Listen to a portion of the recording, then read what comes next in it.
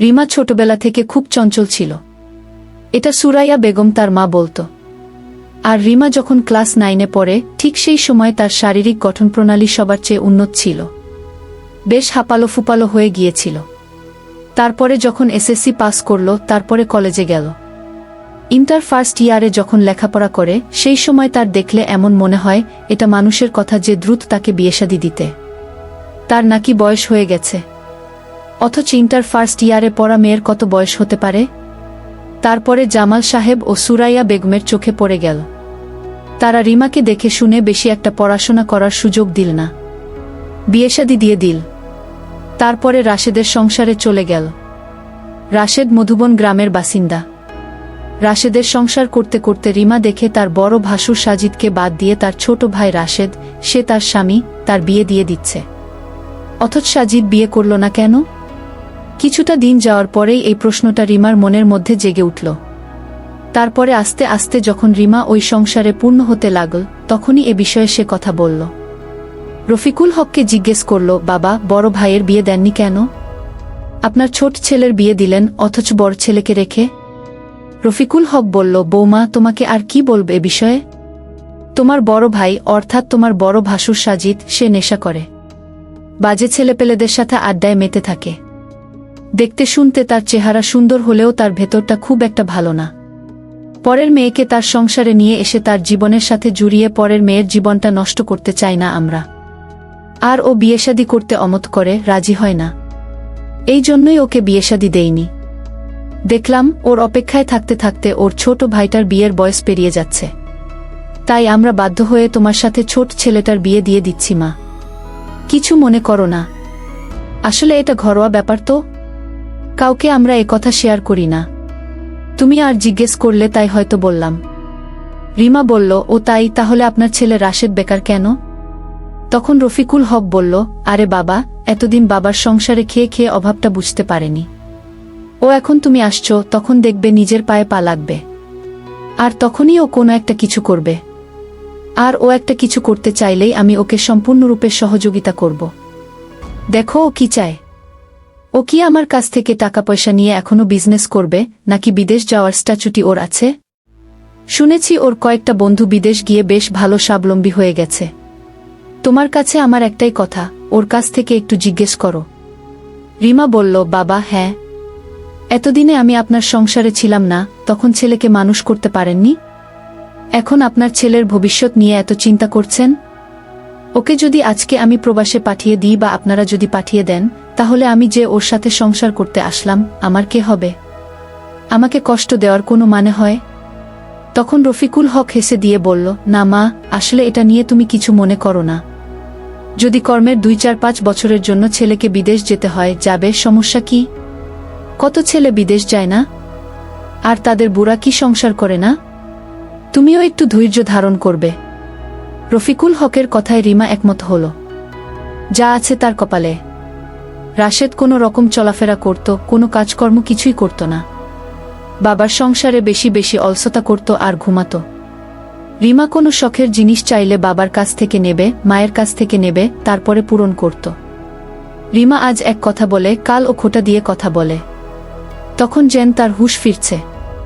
এখন যে কর্মের জন্য তাড়াহুড়ো করে কিছু একটা করবে বলে ঠিক করছে। রিমা জিজ্ঞেস করল, তুমি কি করতে চাচ্ছ? তোমার বাবা আমাকে বলেছে যে যদি তুমি দেশে থেকে কিছু একটা করতে চাও, তাহলে তোমাকে একটা অঙ্কের মোটা টাকা দেবে। আর যদি তুমি প্রবাসে যেতে চাও, তাহলে তুমি তাও যেতে পারো। সিদ্ধান্ত তোমার মধ্যে। তখন রাশেদ বলল, না রিমা, আমার বন্ধুরা বিদেশ গিয়ে বেশ স্বাবলম্বী হয়ে গেছে। আমি ওদের মতো 2-4-5টা বছর বিদেশ করে আসছি না। তুমি কি বলো? রিমা বলল, আমি আর কি বলবো? আমার তো কপালদশা। আমাকে ঘরে রেখে এখন সংসার না করে তুমি প্রবাসে যাবে জীবন গঠন করার জন্যে? আর এতদিনে বাবার সংসারে খেয়ে খেয়ে কি করেছ, এই জবাব দাও আগে। তখন রাশেদ হেসে দিয়ে বলল, রাগ করো না লক্ষ্মী, যা হবার তা হয়েছে।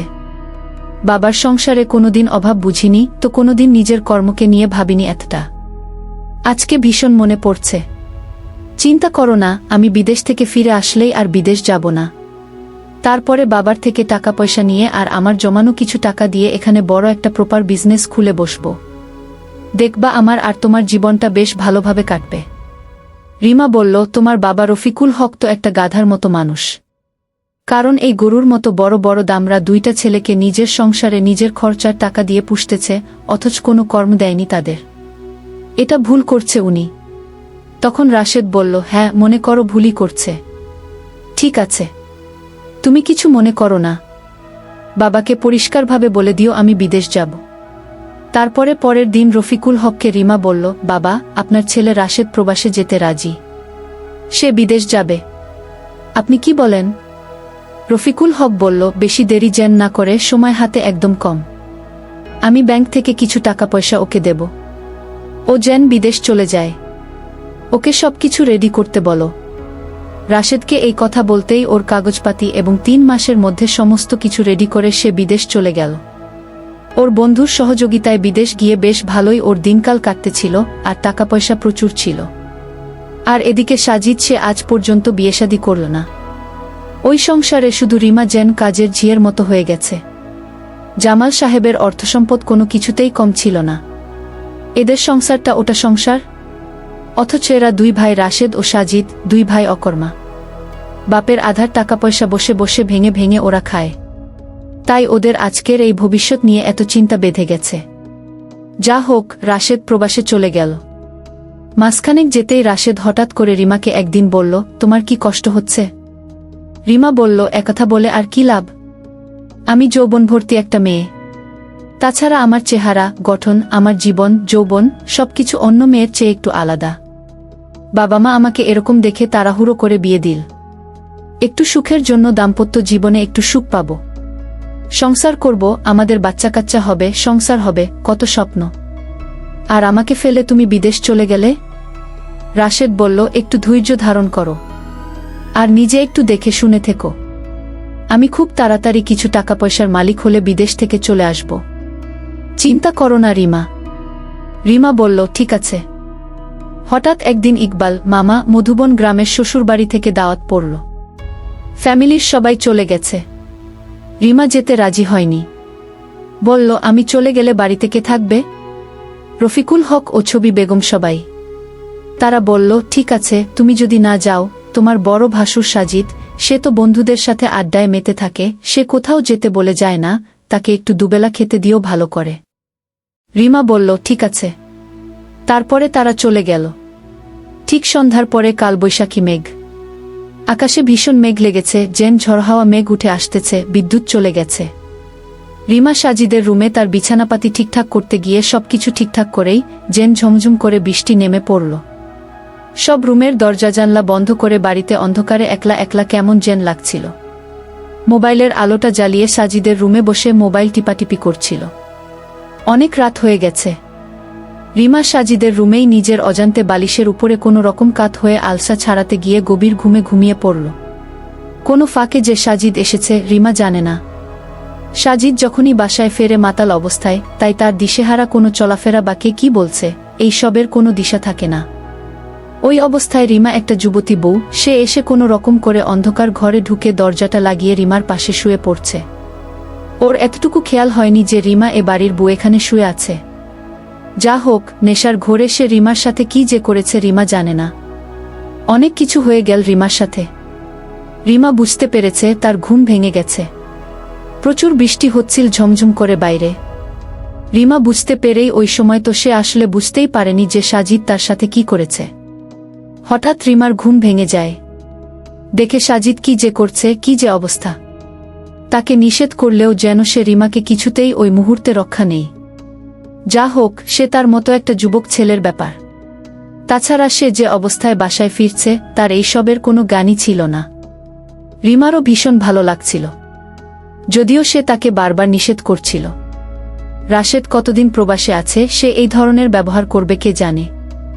রিমা কিছু সময় তার কাছে জোরহাতাকতুমি করার পরেও সাজিদ যখন আর রিমাকে ছাড়ে না, রিমাও নিজের থেকে সম্মতি মনের কাছ থেকে দিয়ে দিল, কিছু বলল না। এভাবে একটা পর্যায়ে পাক্কা একটা ঘন্টা কিভাবে পার হয়ে গেছে রিমা আর সাজিদ জানে। এক পর্যায়ে রিমা তখন বিছানা থেকে উঠে বলল, বড় ভাই সাজিদ, আপনি এটা কি করলেন আমার সাথে? আপনি কি একদম বুঝতে পারেননি? সাজিদ মাতাল মাতাল অবস্থায় রিমাকে বলল, তুমি এখানে কেন আসছিলে? তার কথাটা যেন আওলাই ছিল। রিমা দেখল ওর এখনো ঘোর কাটে যায়নি, এখনো ও সুস্থ স্বাভাবিক একটা মানুষ না। যা হয়েছে হয়েছে। রিমা ছুটে রুম থেকে বের হয়ে তার রুমে চলে গেল।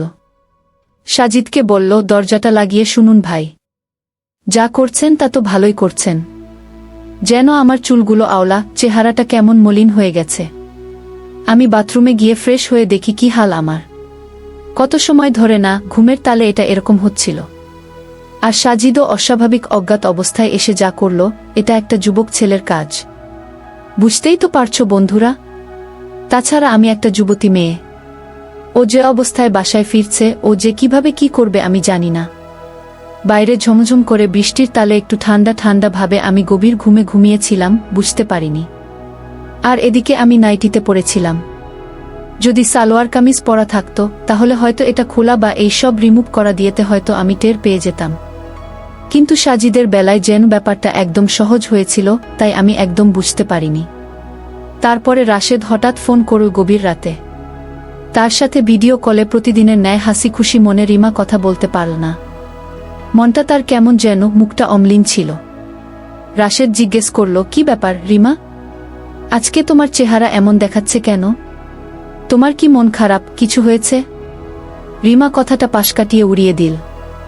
বলল, না গো, বাড়িতে তোমার বাবা রফিকুল হক, মা ছবি বেগম কেউই নেই। সবাই তোমার মামা ইকবালের বাড়িতে দাওয়াত খেতে গেছে। বাড়িতে আমি একলা। আর ওই যে তোমার বড় মাতাল ভাই সাজিদ, সে বাসায় ফিরেছে, তাকে খেতে দিয়ে সে তার রুমে ঘুমাচ্ছে। আমি আমার রুমে শুয়ে আছি একলা। তো আর কারেন্ট নেই, ঝমঝম করে বাইরে বৃষ্টি হচ্ছে। ভীষণ ভয় লাগছে জানো তো, এই জন্য মনটা ভীষণ খারাপ, এই জন্য তোমাকে ভীষণ মিস করছিলাম। এই বলে রাশেদকে পাশ কাটিয়ে দিল। আসলে রিমার ভেতরটা কি ছিল তাকে তো আর বুঝতে দেওয়া যাবে না। রাশেদ রিমার কথায় যেন অন্ধবিশ্বাসী খুশি হয়ে গেল। তারপরে প্রতিদিনের ন্যায় রাশেদের সাথে প্রতিদিনের মতো ওইভাবে রোমান্টিকতা না করে বলল, মনটা খারাপ লাগছে। এই বলে অল্প একটু কথা বলে ফোনটা কেটে দিল। তারপর রিমা তার মতো নার্ভাস অবস্থায় ঘুমিয়ে পড়ল। কিন্তু নিজের মনের কাছে খুবই ভালো লাগছিল, খুবই সুখ লাগলো, আনন্দ লাগলো। রিমা বেশ এক পর্যায়ে নিজের অজান্তেই ভাবতে ভাবতে ঘুমিয়ে পড়ল। সকালবেলা রান্না বান্না সেরে সাজিদকে খেতে দিল। রিমা স্নান করে একদম ফ্রেশ হয়ে বেশ ভালোভাবে হাঁটাচলা করছে। আর মনে মনে অনেকদিন পর একটু আনন্দ হলো যে সে যেন রাশেদের অভাবটা আজকে একটু বুঝতে পেরেছে যে স্বামী কি জিনিস। স্বামী থাকলে হয়তো এতটুকু সুখী করে বুকে, যা সাজিদ আজকে করল।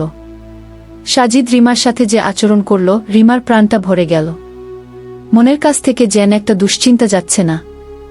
যেন একটা শিয়ালকে পাতা তরমুজের ক্ষেত আজকে চিনিয়ে দিল। নাও হতে পারে এটা প্রতিদিনের ন্যায় সে রিমার কাছ থেকে সুখের জন্য এটা আবারও দাবি করতে পারে। এটি নিয়ে বড় চিন্তিত ছিল। যা হোক, সাজিদকে যখন রিমা ভাত খেতে দিল, সে তার মুখের দিকে ফ্যালফ্যাল করে তাকিয়ে আছে। সাজিদ স্বাভাবিক অবস্থায় সকালে ভাত খাচ্ছিলেন আর রিমাকে বলছিল, রিমা, রাত্রে তুমি কোথায় ছিলে? রিমা বলল, কেন ভাইয়া সাজিদ? ভীষণ বৃষ্টি হচ্ছিল, কারেন্ট ছিল না। আমি তো আপনার রুমে একটু এলিয়ে ঘুমিয়ে পড়েছিলাম। আপনার রুমের দরজা বন্ধ করতে এসে ঘুম পেয়েছিল, তাই ঘুমিয়ে পড়েছিলাম। আপনি যখন আসলেন তখন তো আমি রুম থেকে বেরিয়ে আসলাম। সাজিদ মুচকি হেসে দিয়ে বলল, না, তাছাড়া আর অন্য কিছু হয়নি তো। আমি ঠিক আসলে স্বাভাবিক অবস্থায় বাড়িতে ফেরিনি, জানো তো রিমা। রিমা বলল, হ্যাঁ ভাইয়া সাজিদ, এটা আমি জানি। আপনি প্রতিদিনই আপনাদের তো বন্ধুদের সাথে বাজে আড্ডায় লিপ্ত থাকেন। আপনি যখন বাসায় ফেরেন স্বাভাবিক অবস্থায় বাড়ি ফেরেন না। তাই তো বলি, এতদিন আপনি বিয়েশাদী করেন নাই কেন? আর আপনার বাবা রফিকুল হক ও মা ছবি বেগম আপনাকে রেখে আপনার ছোট ভাই রাশেদকে কেন আমার সাথে আগে বিয়ে দিল? এখন আমি বুঝতেছি হারে হারে। পরের মেয়েকে আপনার সংসারে কেন বা দেবে? সেই মেয়ের জীবন কি আর সুখ হবে? আপনি এই জীবন থেকে ফিরে আসেন ভাইয়া সাজিদ। অনুরোধ করে বলছি, একটা ভালো স্বাভাবিক জীবনযাপন বেছে নিন। আপনি আর 5টা ছেলের মধ্যে আপনি স্বাভাবিকভাবে বাঁচতে পারেন না। এটা কি একটা জীবন বলে? তখন সাজিদ বলল, দেখো রিমা, আমাকে কখনো কেউ এভাবে আমাকে ফেরাতে চায়নি এ পথ থেকে। সবাই শুধু আমাকে আলিঙ্গনই করে গেছে, কিন্তু এই পথ থেকে কেউ বলেনি যে তুমি ফিরে আসো। আজ তুমি বলছো দেখে আমি তোমাকে প্রমিস করছি, আমি সত্যি এই পথ থেকে ফিরে আসব। তবে একটা কথা বলি, বাড়িতে তো আর কেউ নেই, তুমি আর আমিই তো। গত রাত্রে যা হয়েছে আমার খুব ভালো মনে পড়তেছে। আমি তোমার সাথে যেটা করেছি ভারী অন্যায় হয়ে গেছে আমার। তাই আমি তোমার কাছে আমার নিজের থেকেই সত্যিই ক্ষমা চাচ্ছি। এটা আমার ইচ্ছাকৃতভাবে হয়নি। আমি আসলে ঘোরের মধ্যে ছিলাম তো, অস্বাভাবিক অবস্থায় ছিলাম। মানসিক ভারসাম্য আমার ঠিক ছিল না, তাই হয়তো এটা হয়েছে। আর এই সময় প্রত্যেকটা ছেলের খুব প্রয়োজন হয়, তাই হয়তো হাতের নাগালে পেয়ে এটা হয়ে গেছে। তুমি কিছু মনে করো না রিমা, তুমি ছোট ভাই রাশেদের বউ, তোমাকে আর কি বলবো। রিমা বলল, না ভাই সাজিদ, বুঝতে পেরেছি। হয়তো বা আপনি স্বাভাবিক থাকলে এটা হতো না, কিন্তু যা হয়েছে, যা হয় ভালোর জন্যই হয়। আপনার ছোট ভাই রাশেদ বিদেশে আছে কি আছে? আপনি এত সুন্দর একটা সুদর্শন হ্যান্ডসাম ছিলে, আপনাকে তো দেখতে শুনতে কোনো মূর্তিতেই কম নেই। সবই ঠিক আছে, শুধু একটা জিনিস, আপনি যেহেতু আজ প্রমিস করলেন যে আপনি এই সঙ্গ বাদ দেবেন বা এসব সাইফাস খাওয়া থেকে দূরে থাকবেন, একটা কর্ম করবেন, স্বাভাবিক একটা জীবন বেছে নিন, তাহলে একটা বিয়েশাদী করে একটু দাম্পত্য জীবনের সুখ লাভ করুন। জীবনটা দুদিনের ভাই সাজিদ, আজ আছে তো কাল নেই। তখন সাজিদ বলল, হ্যাঁ, এটা আমি রাত্রেই বুঝতে পেরেছি। আসলে দাম্পত্য জীবনের যে সুখটা, সেটা আমি ঘোরের মধ্যে যতই থাকি না কেন, তোমাকে দিয়েই আমি বুঝেছি। অনেক শান্তি, অনেক সুখ। রিমা, এটা আমি ক্লিয়ার বুঝে ফেলেছি। তোমার কেমন লেগেছিল? রিমা বলল, লজ্জা দেবেন না। দেখেন ভাই সাজিদ, আমার ভীষণ আনন্দ লেগেছিল। রাশেদ বাড়িতে কতকাল নেই, সে প্রবাসে আছে, আর আমি একা একা। আসলে তো এইভাবে জামাল সাহেব ও সুরাইয়া বেগম জানলে বিয়ে দিত না রাশেদের সাথে। জানে কি যে রাশেদ আমাকে বিয়ে করে তারপরে বিদেশ যাবে? আজকে হয়তো রাশেদ অকর্মা বলেই আমি ওই সুযোগ দিয়েছি, সে বিদেশ গেছে। কিন্তু এটা কি ঠিক? রিমা ছেলেদের উদ্দেশ্যে একটা কথা বলে, বন্ধুরা, যারা আমার ভিডিওটা শুনছো বা দেখছো, তোমরা কেউই বিয়ের আগে কখনোই সময়টাকে নষ্ট করো না। নিজেদেরকে প্রতিষ্ঠিত করে নিজের পায়ে দাঁড়াও, তারপরে পরের মেয়েকে ঘরে নিয়ে এসো। তাহলে নতুন বুকে ফেলে ওই 5 বছরদের বছর সময় নষ্ট করে অতিবাহিত করে প্রবাসে গিয়ে নষ্ট করবে, আর পরের মেয়ে তোমার বাড়িতে এসে ওই এক যুগ তোমার জন্য অপেক্ষা করবে। পরের মেয়েকে এইভাবে কষ্ট দিও না তোমরা। আমার মতো দশা আর কারো না হোক। তাই তো বলি, প্রবাসীর বুড়া এতটা কষ্টে থাকে কেন? আর কেনই বা এতটা স্বামী প্রবাসে থাকার কারণে আজকে দেবরের সাথে কালকে বন্ধু মহলে নিজের সমস্ত কিছু বিলিয়ে দেয়? এটা তাদের কি দোষ? তারা তো স্বামীর সাথে দাম্পত্য জীবনে সংসার করতে এসেছে। স্বামী যদি বিয়ের পরে হুঁশ ফেরে যে তাকে প্রতিষ্ঠিত হতে হবে, তখনও তো সে বিদেশ যায়। এটা তারা ভুল করে। কিন্তু একটা মেয়ের যৌবন যখন বিয়ের সময় হয়, তখনই তো বাবা মা তাকে স্বামীর সংসারে পাঠায় একটু সুখের জন্য, স্বামীর সংসার করার জন্য। আর স্বামীরা বুকে ফেলে এক যুগ প্রবাসে থাকে। তাহলে ওই মেয়েটার পরের বাড়িতে এসে লাভ হলো কি? তাই বলি কি, এই ভুলটা তোমরা ভাই কেউ করো না। তারপরে সাজিদ রিমার কথায় প্রমিস করল, সাথে একটা কথাও রিমাকে রাজি করাতে বাধ্য করল। বলল, যে কয়টা দিন আমি বিয়েশাদী না করি বা তোমার যদি কোনো আপত্তি না থাকে রিমা, তাহলে তোমাকে আমার ভীষণ ভালো লেগেছে। মানে রাতের ব্যাপারটা আমি একদম ভুলতে পারছি না। আমার যখন জ্ঞান ফিরল, আমি স্বাভাবিক অবস্থায় রাত্রে হলাম, তখন বালিশে শুয়ে এক পাশ ফিরে আরেক পাশ ফিরে কিছুতেই ঘুম আসছিল না। বারবার আমি তোমাকে মিস করেছিলাম। ইচ্ছে করেছিল তোমাকে আবারও ডেকে তোমার সাথে আমি আর কিছু সময় গল্প করি, কথা বলি। কিন্তু ভীষণ লজ্জা ছিল। যদি তুমি কিছু মনে করো? রিমা বলল, না ভাই সাজিদ, কি বা বলি? আপনাকে ঠিক আছে। আমি আপনাকে আজ কথা দিলাম, আপনি আমাকে যখনই ডাকবেন আর আপনার যখনই এরকম কিছু মনে হবে, যতদিন রাশেদ বিদেশ থেকে বাড়িতে না আসে, আমি আপনাকে এইভাবেই আদরা প্যান করব, ভালোবাসার সুযোগ দেব। কিন্তু কথা দেন, এই নষ্ট জীবনে আপনি ফেরত আসবেন। আমি চাইব আপনি একটা স্বাভাবিক জীবন নিজে তৈরি করে নেবেন। আমার ভালোবাসার বিনিময়ে যদি আপনি একটা নতুন জীবন পান, তাহলেই আমার সার্থকতা। তাছাড়া আমি আপনার কথায় রাজি হব না। সাজিদ বলল, সত্যি রিমা, তুমি আজকে যা কথা দিয়েছ আর যা বলেছ, আমি তোমার কথায় রাজি। কিন্তু ওই যে একটা শর্ত, যখন আমার প্রয়োজন হবে বা তোমাকে আমার ভালোবাসতে বা তোমার সেবা তো আমার পেতে ইচ্ছে করবে। যদিও বাবা মা রফিকুল হক ও ছবি বেগম বাড়িতে থাকবে, তার আড়াল থেকেই একটু সুযোগ করে দিলেই হবে। যদি তোমার আমার মনের মিল থাকে, তাহলে সবই সম্ভব। রিমা হেসে দিয়ে মুখে কাপড় টেনে যেন লজ্জায় তাকে মাথা নেড়ে সম্মতি দিল আর বলল, ঠিক আছে সাজিদ ভাই, তাই হবে। তারপরে রফিকুল হক ও ছবি বেগম দাওয়াত খেতে, তার মানে ইকবালের বাড়িতে, ইকবালের শ্বশুরের বাড়ি থেকে 4-5টা দিন আসলো না। 4-5টা দিন সাজিদ আর রিমা যেন বাড়িতেই ছিল। প্রতিদিনের ন্যায় তাকে আর রিমা এইভাবে বাইরে যেতে দিত না। সে ওই সব সাইফাস খাওয়া থেকে যেন বিরত হল। বন্ধুরা ফোন করলে সাজিদ রিমার সামনে লাউডস্পিকার দিয়ে বলতো, আমি আর এসবের মধ্যে নেই। আর কখনো আমি এসব সাইফাস খাবো না রে। আমাকে ভালো হওয়ার সুযোগ দে। আর কখনো আমাকে এ বিষয়ে ডাকবি না। রিমা সাজিদের কথায় খুব খুশি হয়েছিল আর নিজেকে সাজিদের সাথে বেশি বেশি করে উজাড় করে দিয়েছিল। সাজিদ যেন এক রাতে 1বার, 2বার, 3বার বেশ মস্তি করে রিমার আর তার সময় কাটত। এভাবে রাশেদ যতদিন প্রবাস থেকে না আসলো ততদিন তাকে রিমা সেবা করতে লাগল। এক পর্যায়ে তাকে বলল, দেখেন বড় ভাই সাজিদ, আর কতদিন এভাবে লুকিয়ে লুকিয়ে আমি আপনাকে ভালোবাসবো? আর আপনি আমার কাছ থেকে এইসব নেবেন? আমার সময়টা ভীষণ ভালো কাটে। যদিও রাশেদ প্রবাসে থাকে, আমারও ভীষণ প্রয়োজন হয়। কিন্তু আপনি যেন আমার স্বামী রাশেদের অভাবটা প্রতিনিয়ত মিটিয়ে দিচ্ছেন। কিন্তু এটাকে জীবন বলে না। আপনার তো একটা নিজের লাইফ আছে। তাই বলে কি রাশেদ প্রবাসে থাকতে থাকতে একটু হাবালু বাবা, আমার মতো একটা সুন্দরী মেয়ে দেখে আপনাকে বিয়েশাদী দেবেন না? তখন সাজিদ এক পর্যায়ে রাজি হয়ে গেল।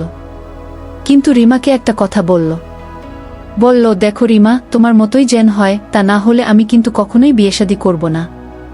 কারণ তোমার এই কোমল দুটো ঠোঁট, তোমার রাঙানো চোখ দুটো, আর তোমার কালো মাথার কালো কেশ, আর তোমার পায়ের থেকে মাথা পর্যন্ত যা আমার লাগছে না, ভীষণ ভালো লাগে। সবকিছু যেন আমার প্রাণটা ছুঁয়ে গেছে। ইচ্ছে করে রাশেদ যদি তোমাকে না নিয়ে আসতো, আগে যদি তোমার সাথে দেখা হতো, আমি সবকিছু ছেড়ে দিয়ে তোমাকে বিয়ে করতাম। তোমাকে তো আমি একদম ভুলতে পারছি না। রিমা সাজিদকে যেন বিয়েতে রাজি করাতেই পারছিল না। এক পর্যায়ে রাশেদের এইভাবে 5টা বছর পূরণ হয়ে গেল। আর ততদিনে সাজিদের সাথে আবার এইভাবে চলতে লাগল। এক পর্যায়ে যখন রাশেদের বাড়িতে আসার সময় হলো, তখন বাড়ি থেকে রফিকুল হক, সাজিদ তারা প্রাইভেট কার নিয়ে এয়ারপোর্টে রাশেদকে রিসিভ করতে যাবে। তারা রেডি হচ্ছিল। কিন্তু রাশেদ প্রবাস থেকে ফিরে আসার পরে গাড়িতে আসছিল রাশেদের লাগেজ এবং অনেক মালপত্র নিয়ে, সে আলাদা একটা প্রাইভেট কার। আর বাসা থেকে যারা গেছে তাদের জন্য আলাদা কার। একসাথে আসতে রাস্তায় রোড অ্যাক্সিডেন্টে রাশেদের গাড়িটার সামনাসামনি মুখে মুখে সংঘর্ষে অ্যাক্সিডেন্টের ড্রাইভার সহ রাশেদ সেদিন রাত্রে প্রাণ হারায়। বাড়িতে আর ফেরা হলো না। বেশ, তোর স্বামী মারা যাওয়ার আজ 3 মাস অতিবাহিত হয়ে গেছে। আমি বলি কি, বাড়িতে চলে আয়। রিমা বলল, ঠিক আছে বাবা, আমি বাড়িতে আসব। কিন্তু এই সংসারের একটা মায়ে পড়ে গেছি। কিন্তু ওদিকে রফিকুল হক ঠিক করল যে, রিমা, যেহেতু তোমার স্বামী রাশেদ মারা গেছে, আমার আরেকটা ছেলে সাজিদ। যদিও তোমার ওকে তোমার ভালো নাও লাগতে পারে, তবুও বলছি, যদি তোমার অমত না থাকে, অর্থাৎ তোমার বড় ভাসুর সাজিদ, আমার বড় ছেলেটাকে যদি তোমার পছন্দ হয়, তাহলে ওর সাথে না হয় বিয়ে দিয়ে তোমাকে আমরা এই সংসারে ধরে রাখতাম। তোমার কি মত? রিমা বলল, হ্যাঁ বাবা রফিকুল হক, আমি আগে বাড়ি থেকে ঘুরে আসি, তারপর ডিসিশন জানাবো। আমি বাড়িতে যাচ্ছি। কিছুদিন জামাল সাহেব ও সুরাইয়া বেগমের সংসারে থেকে মনটা একটু হালকা করে আসি। আপনার ঠিক 7 দিন পরেই আমাকে নিতে যাবেন। রফিকুল হক বলল, ঠিক আছে। কিন্তু সাজিদ, সে আমাকে আসতেই দেবে না। কিন্তু রিমাও জানে মনে মনে, রাশেদ যেহেতু চলে গেছে, আর সাজিদের সাথে আর রিমার কি বাদ আছে? সব তো লেনদেন হয়ে গেছে। রাশেদের প্রবাসে থাকা অবস্থায় রিমার সাথেই যেহেতু সাজিদ রিমাকে ভীষণ পছন্দ করে, আর সে রিমার মতো মেয়েকে ছাড়া বিয়েই করবে না। ভাগ্যিস সে রাশেদের প্রবাসে থাকতে থাকতে বিয়ে করে ফেলেনি। আপনার সংসারে আমার মেয়ে যে আর কি কাজ? তাই বলি কি, রিমার যেহেতু সন্তানাদি কিছু হয়নি, আর তাছাড়া আপনার আর কোনো যোগ্য ছেলে নেই যে সেখানে বিয়েশাদী দিয়ে মেয়েকে ধরে রাখবেন। তখন রফিকুল হক হঠাৎ করে বলে উঠল, না জামাল সাহেব, আপনি ভুল করছেন। আমার একটা বড় ছেলে সাজিদ আছে, খুব দর্শনদারি, খুব ভালো ছেলে। তাই বলি কি, ওর সাথে ওর বিয়েটা দিয়ে দিতাম। আমার বড় ছেলেকে রেখে আমি ছোট ছেলেকে বিয়ে দিচ্ছিলাম শখ করে। কিন্তু আমার বড় ছেলে সাজিদ এখন বিয়ে করতে রাজি। তখন জামাল সাহেব বলল, তা কি করে হয়? সে সম্পর্কে ভাসুর ভূত, সে কি আর এটা মেনে নেবে? রফিকুল হক বলল, অবশ্যই মেনে নেবে। তখন জামাল সাহেব বলল, তাহলে এখানে তো আমার মেয়ে রিমারও একটা সম্মতির ব্যাপার আছে। তখন জামাল সাহেব রিমাকে ডাক দিল, বলল, তোমার শ্বশুর রফিকুল হক যা বলছে তুমি কি একমত? রিমা বলল, কি বাবা, আমি তো আর শুনিনি, বিষয়টা আমাকে বলতে হবে। তখন জামাল সাহেব বলল, তোমার বড় ভাসুর সাজিদের সাথে যদি তোমার বিয়েশাদী দিয়ে ওই সংসারে রফিকুল হক তোমাকে আটকে রাখতে চায়, তুমি কি যাবে?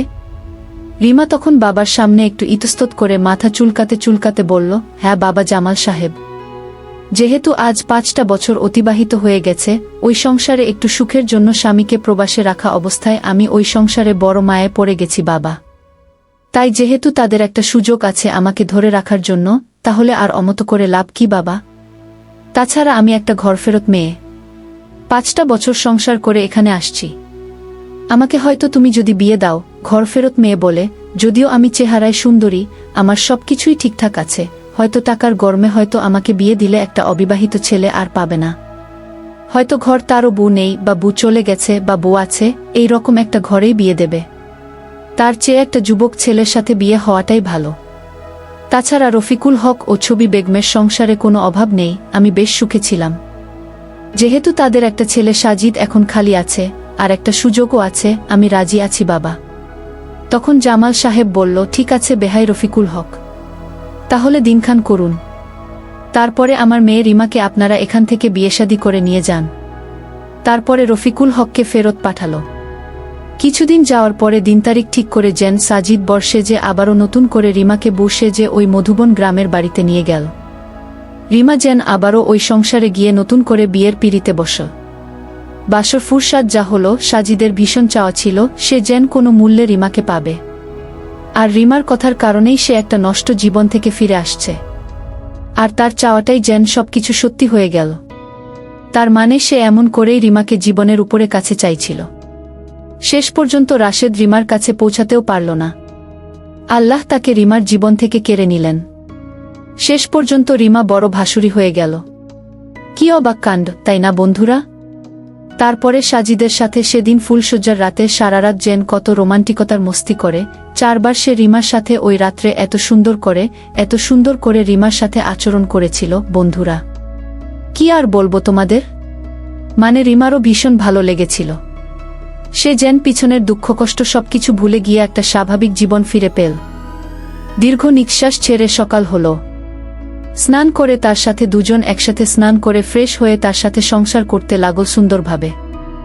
শ্বশুর বাড়িতে বেশ ভালোভাবে দিনকাল কাটছিল, আর সাজিদ বাড়িতে বড় একটা বিজনেস করত। তার সাথে এভাবে সংসার করতে করতে 1 বছরের মাথায় রিমার একটা ছেলের সন্তান হলো। তার সাথে এভাবেই সংসার করতে লাগল। রফিকুল হক ও ছবি বেগমও খুবই খুশি হল, তাদের মুখে হাসি ফোটাতে পারল। তো বন্ধুরা, রিমার জীবনে ঘটে যাওয়া এই গল্পটা মুখের মধ্যে চাপা রেখেছিল। আজকে তোমাদের সাথে শেয়ার করতে পেরে রিমার ভীষণ ভালো লাগলো। তো তোমাদের কেমন লেগেছে? যদি ভালো লেগে থাকে তাহলে এখনই এই ছোট্ট চ্যানেলটিকে সাবস্ক্রাইব করে দাও, ভিডিওতে একটা লাইক দাও, আর শেয়ার করে তোমার প্রিয়জনকে শোনার সুযোগ করে দাও। আর হ্যাঁ বন্ধুরা, আগামীকাল সুন্দর ভিডিও নিয়ে আসার জন্য চেষ্টা করছি। ততক্ষণ সবাই অপেক্ষায় থাকবে। সবাই ভালো থাকবে, নিজের স্বাস্থ্যের যত্ন নেবে, তোমার পরিবারের খেয়াল রাখবে। এই প্রত্যাশায় আজ এ পর্যন্তই।